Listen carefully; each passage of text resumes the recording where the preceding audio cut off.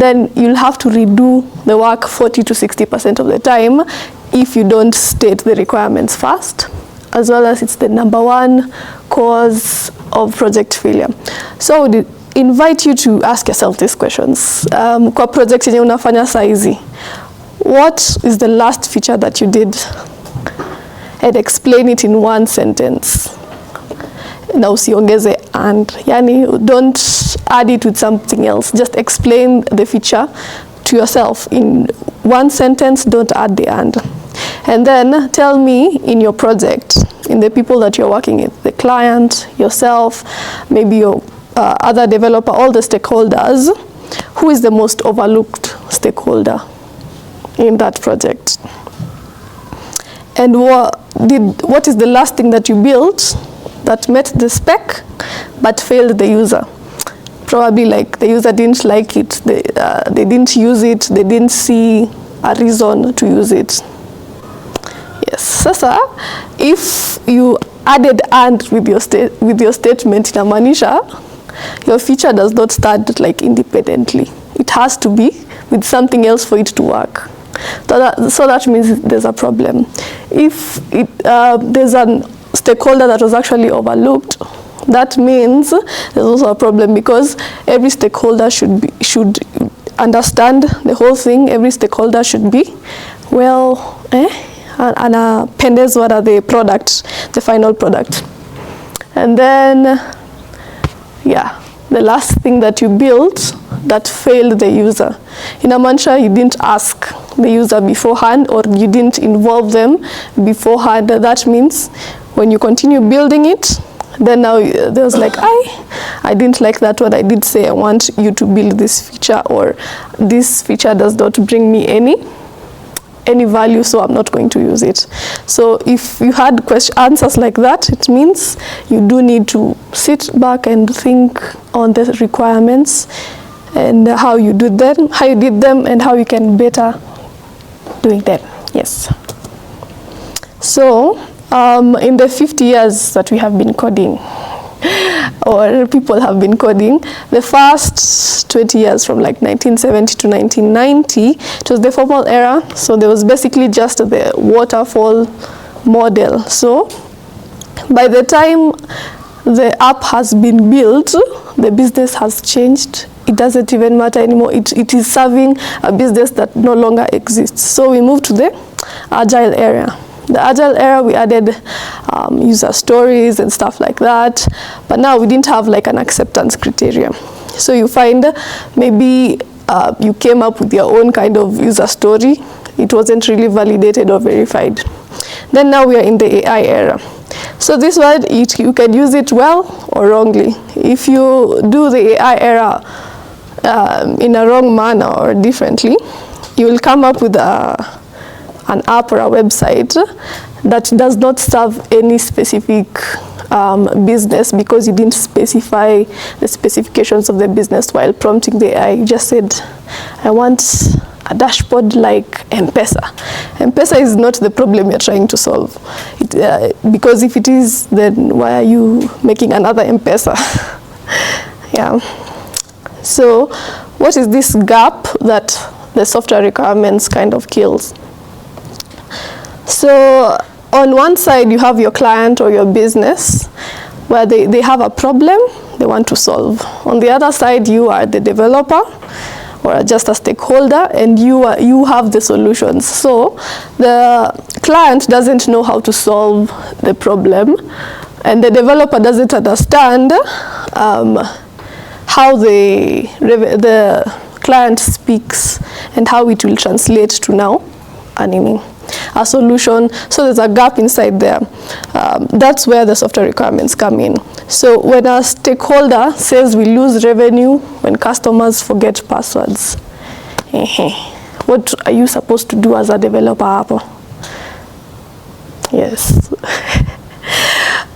So you integrate it so that when a customer forgets the password, you make it easier for them, but still include like security features. Like you can put like biometrics that allows them, first of all, they can't forget biometrics, and you can use it as a recovery that is easy to follow up with. Yeah. Now, there are 4 types of developers that we are going to go through. You have to understand every single part of the developer, because you're not working alone. You're not supposed to work alone anyway. You could be working alone, but you're not supposed to work alone. So when you're doing your requirements, you need to understand which developer are you working with. Are you working with the junior, the vibe coder, the senior, or the spec driven? And where are you supposed to move towards? If you are in the junior, are you supposed to move towards being a vibe coder, a senior, or spec driven? Yeah. So let's go through one by one. The junior developer. The junior developer works in a way that anataka kwanza the work directly.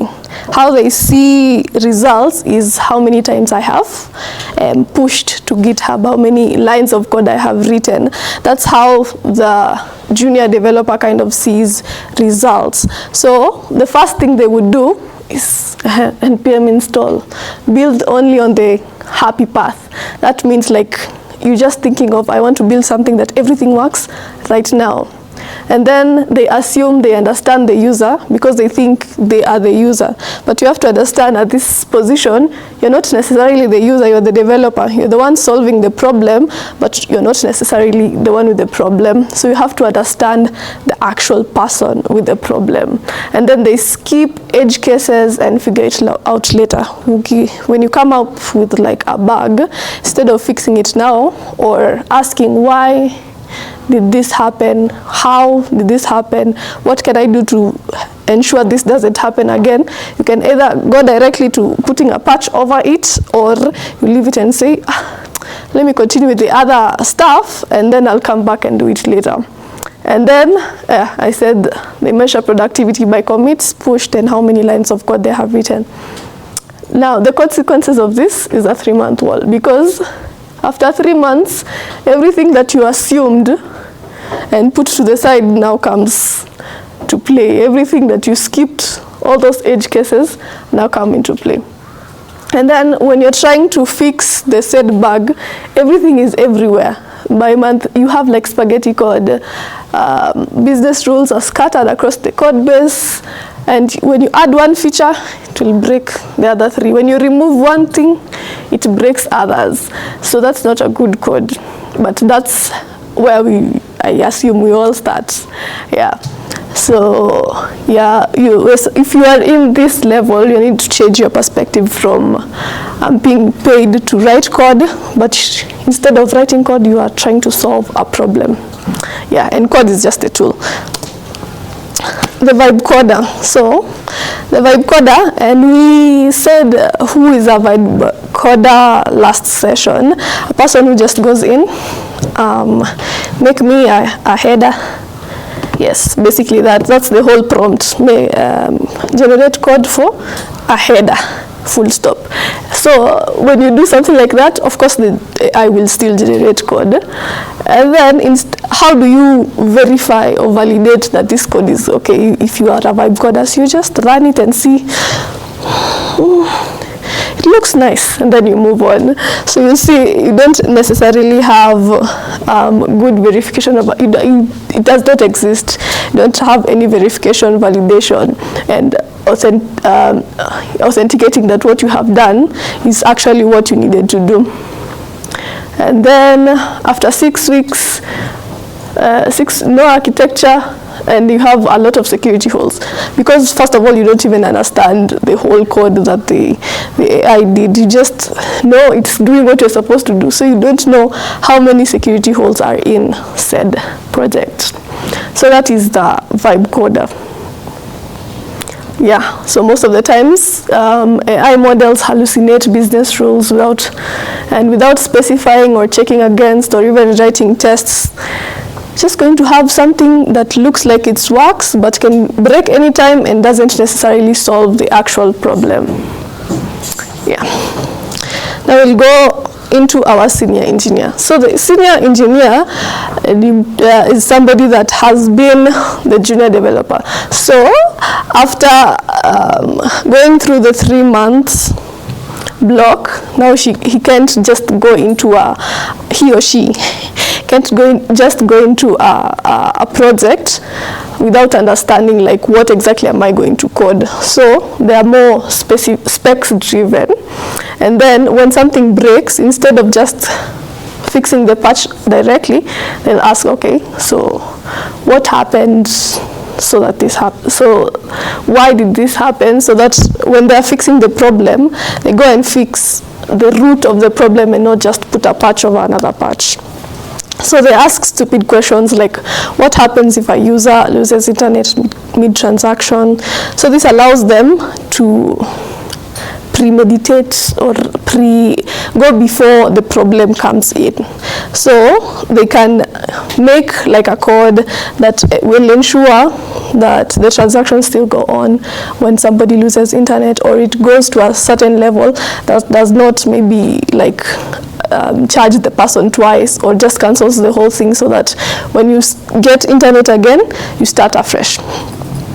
And then they also never start coding something that does not match up with the business requirements.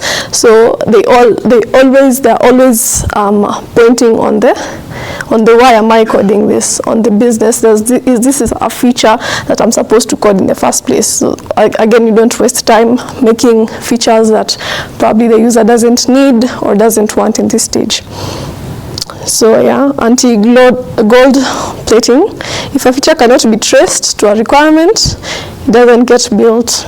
Every feature must justify its existence against business value. So that's our senior engineer. And then we have now spec-driven development. For this, this is when you use AI right. Basically, instead of focusing on building the code or writing the code themselves, they focus on extensively writing the specifications, extensively writing everything that, as it's written here, inputs, the outputs, the constraints, and they ensure the constraints are set beforehand, so that whatever is generated also generates like what if something happens that is not supposed to happen. So it generates a code that also stops that from happening. So you put it into an AI, generates the code, so it also auto generates stuff like tests. And then validation. The validation of the spec-driven development is not just looking at it and saying it's okay. You have to ensure that it matches the specifications that you are setting up. So there's a mindset shift there. Your main job is not literally writing the code, but is ensure to get your requirements right so that the AI cannot misinterpret you. And the spec is the product. So you spend so much time in the spec so that AI cannot misinterpret, cannot hallucinate, and gives you like an actual product. Okay, so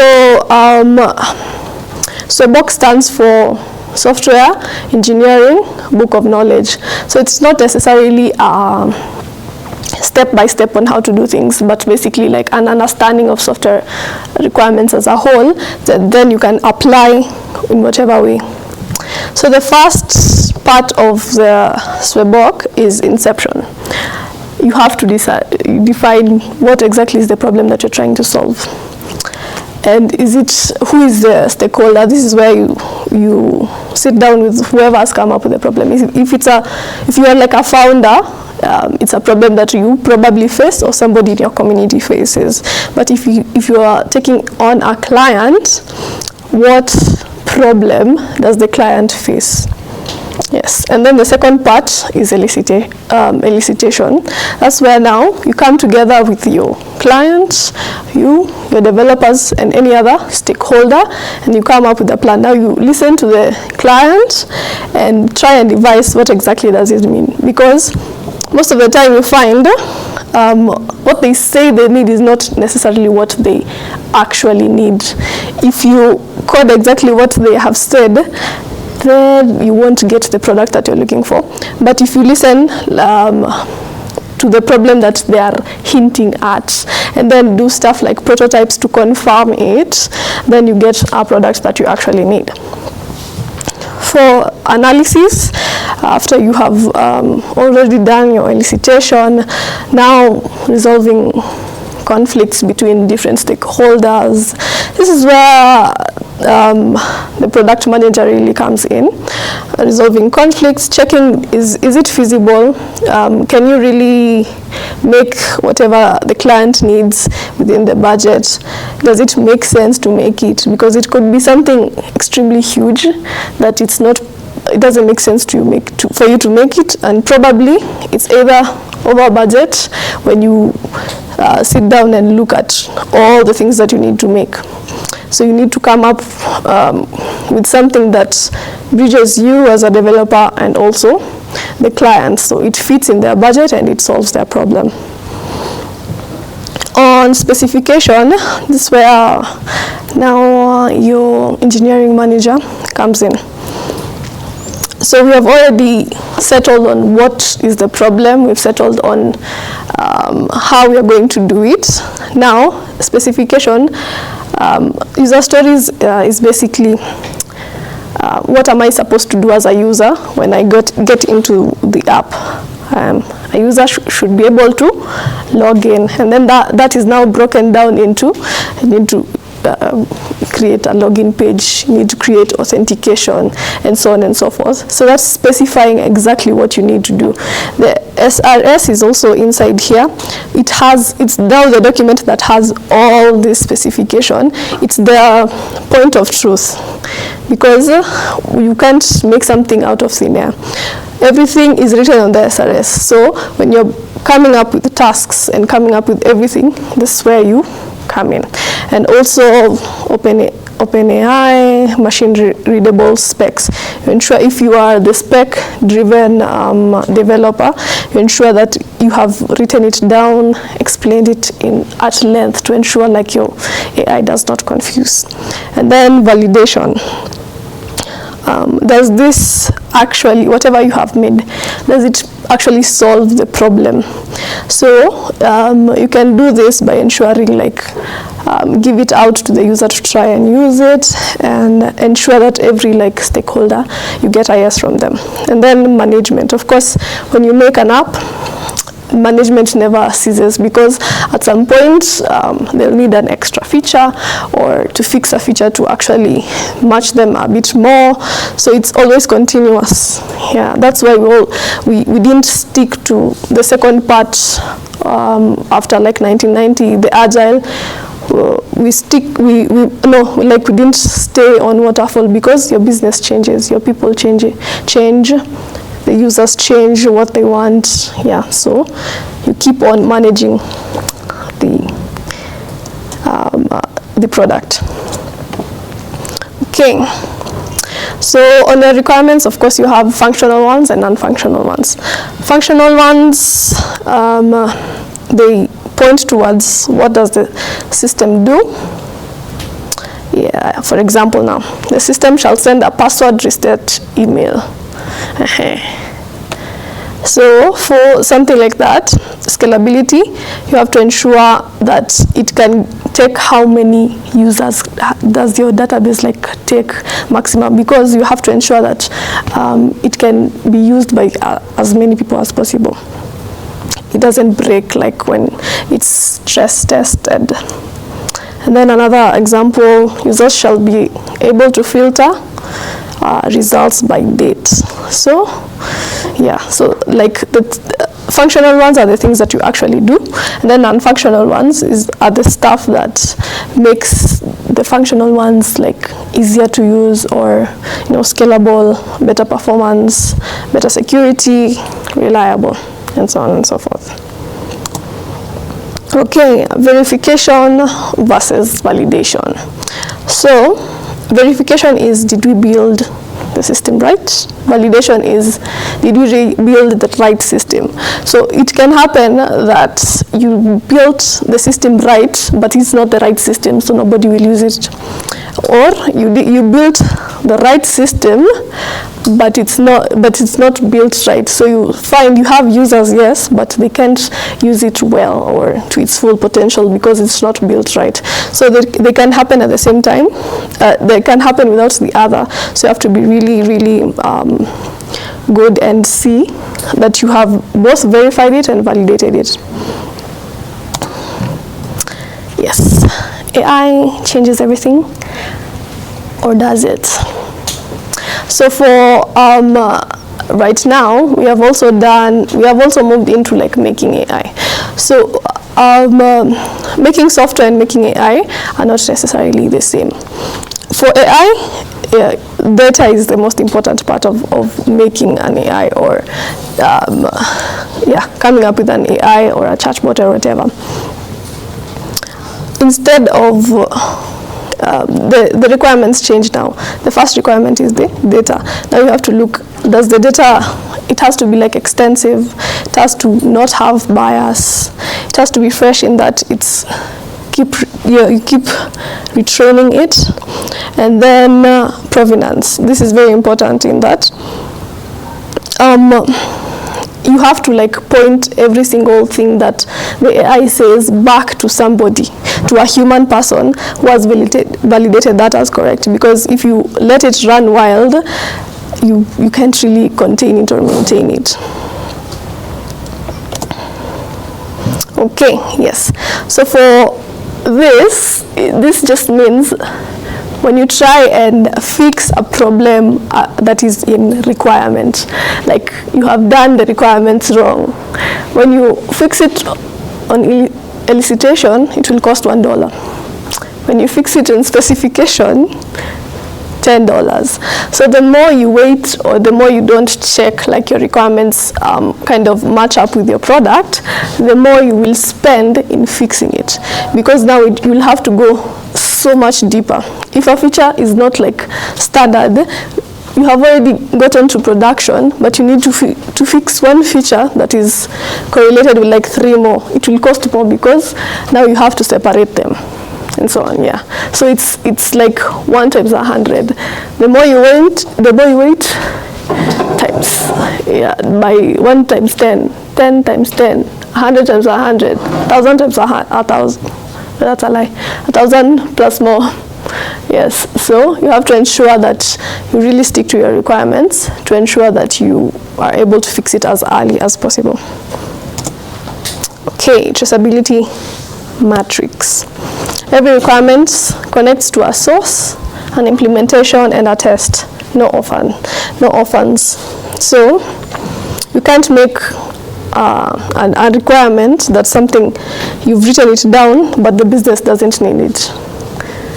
You haven't really written down what must happen for this requirement to like come to mind. And then of course you have to build it. If there's no code module for the requirement, it doesn't make any sense. And then it has to be tested to ensure like it's verified, it's validated.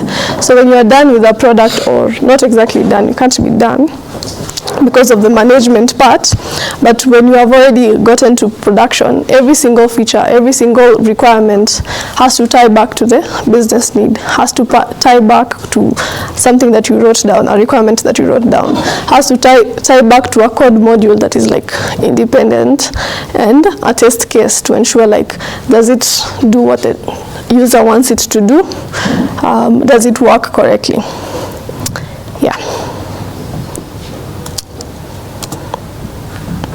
Now, differences between, our junior or stroke our vibe coder, our senior, and the principal. So the start point for our junior dev is let's build the UI. But for our senior, let's define the interface. Now, where does it lie under the SWEBOK principle? Inception and elicitation. So the senior is a bit more closer than the junior, because let's build UI has jumped over the inception part, and elicitation is just building something that he or she thinks will work, but nobody else. You have to ask other people and kind of come to a conclusion together. And then the source of truth for a junior person is a chat prompt history or necessarily a vibe coder. That's the only thing you can like go back to and check whether what you have made is what you were intending to make. But for a senior is versionified specification. So the specs that he already wrote down, that's what he kind of looks into.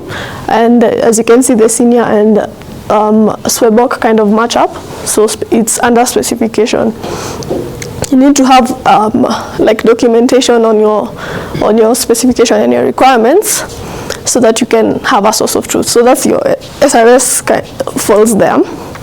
And then edge cases or problems that you come up with, as a junior or a vibe coder, ignore them until production. The client is calling you, I'm trying to log in, and it's not logging in, it has refused. Or somebody has paid, but it's not reflecting on my side. So that's junior and vibe. But for our senior guy, he already said that when the internet goes off, cancel the whole thing. So no money has been sent without being received on the other side. So that falls under analysis. For testing, junior and vibe just look. It looks like it works. But for our senior, they already automated the vibe by defining the testing by defining constraints. That all falls under verification principle. Then when requirements change, that for our junior it's just their memory, because they didn't write anything down. They don't have something to check on, like they don't have a source of truth. They didn't sit down with the client and say we are going to do this and not this. So you find like your scope of work, it's unimaginably more than what you had bargained for, because you don't have a source of truth, or maybe you don't even remember that you had said you're not doing this and you're doing this. You end up having a big problem. But for our senior, they just update the spec if it's something that they have both agreed on. And yeah, and the impact is traced, because now everything is maybe a feature is in its own folder. So when they change something or add a new feature or change something in a specific feature, it's easy to trace it back. Now for our junior, if they want to change something in prod, it is linked to every single thing else. So it will take a lot more time to change whatever they want to change. Yeah, so that falls under requirements management. Yeah. The one sentence rules, we started by you have to be able to explain your feature in a sentence without the and. So should take this as a rule. If you can't describe what your code should do in a single sentence without using the word and, you have not finished your requirements phase. So this is something that you can use to see whether you have done your requirements right or wrong. So you can do what does the system do in this scenario, under what conditions or for whom. How will we know? So that's the testing, verification, validation. How will we know that it has done what it's supposed to do and it's like done? Yeah. Yeah, starting next week. Do this. You find a feature in your project with no written requirement, write it. Who needs to do it? What must it do? How you'll verify it?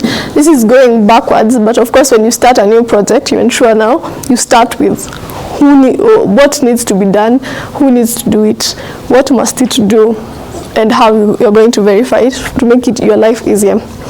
And then before your next task, write the acceptance criteria first, not the code. The criteria, then code it. Yeah, so like how are you going to check is this accepted or not before you start making it? Because if you make it fast, then you don't have any acceptance criteria. And then try to ask one stupid question in your next planning meeting. The answer will surprise you. Like stupid questions like, what if 10,000 people want to do a transaction at the same time? Will it work? And then try to see if you have engineered your product to handle that sort of thing. And then if you use AI to generate code, build your specifications first, your specs. first, then make the AI work from a specification, not a vibe. Instead of build me M-Pesa, build me an integration app that does this, that the user can be able to log in, can be able to pay up, can be able to send money to so and so, cannot send money here, cannot withdraw if the balance is -0. Yeah, that's how you give specifications. Be very specific, and also don't forget to add like the criteria and the critics of what happens when something does not happen. Yeah. Sawa. As I finish up, in 1968, NATO held a conference on the software crisis. 58 years later, 66% of the projects still fail. The tools have changed beyond recognition. The failure mode has not. So what happened is, in 1968, they did not really push so much on the requirements, and then 58 years later, they reconvened and saw, oh my God, we thought this was a problem that is like short term, but it came and outlived us and is still going on, while everything else has changed, but the problem is still the same. So the failure mode is always at its root a requirements failure. Yeah. Thank you so much. I have come to the session. Any questions on SRS as we move to our code lab?